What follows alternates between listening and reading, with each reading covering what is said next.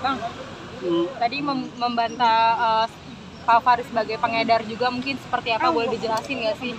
Ya, jadi setelah kita lihat berita acara pemeriksaannya, kemudian berkas-berkas yang sudah kita pelajari, dokumen-dokumen saksi, kemudian bukti-bukti, jadi kita dapat posisi bahwasanya Bang Faris RM ini adalah hanya sebagai pengguna atau pecandu narkotika, ya.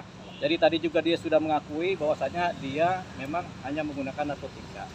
Yang pertama, jadi nggak ada itu sebagai pengedar, karena apa yang diedarin, jumlahnya kecil, cuma 0,89 gram sabu-sabu yang dia disita kan, 0,89 gram berarti kan di bawah 1 gram, berarti nggak bisa diedarkan. Dan memang dari keterangan saksi-saksi yang lain juga beliau hanya sebagai pengguna.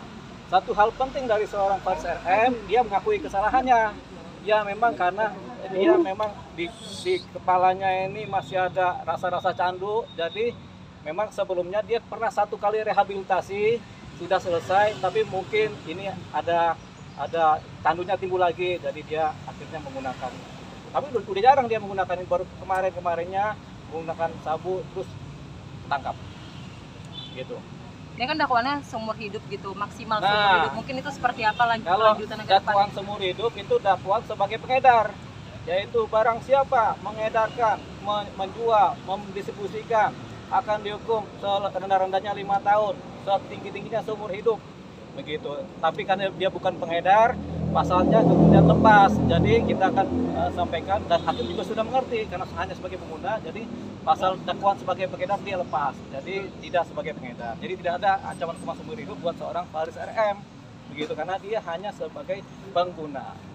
Bang, tadi sempat kita direhabilitasi Bang, Faris RM. Betul, ini kan dia baru 1 kali direhabilitasi. Kadang-kadang kita 1 kali rehab itu belum tentu selesai. Kita udah keluar tapi masih ada candunya dikit gitu. Jadi akhirnya menggunakan lagi. Makanya biasanya rehab itu bisa 2-3 kali.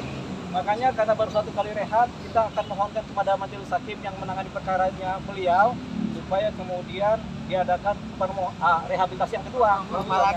Gitu. Jadi harapannya ada rehab yang 2 kalinya, karena baru 1 kali Bang Faris ini melakukan rehab, begitu.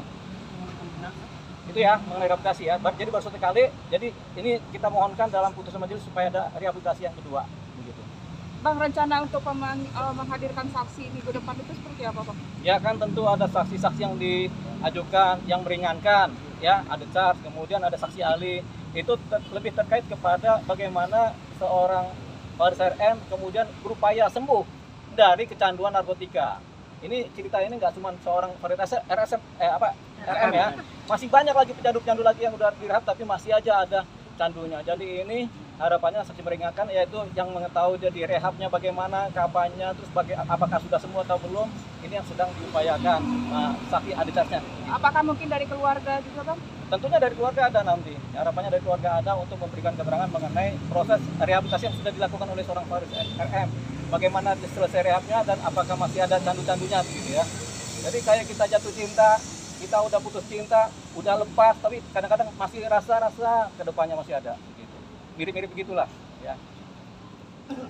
Bang, Faris RM udah Ya, Faris RM udah mengakui dan ini yang meminta maaf ya Bang.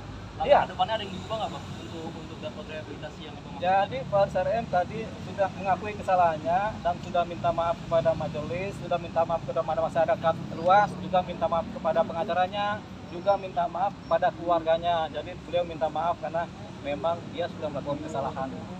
Jadi dia memang ada candu dikit yang masih terbawa di kepalanya sehingga beliau kemudian akhirnya menggunakan lagi.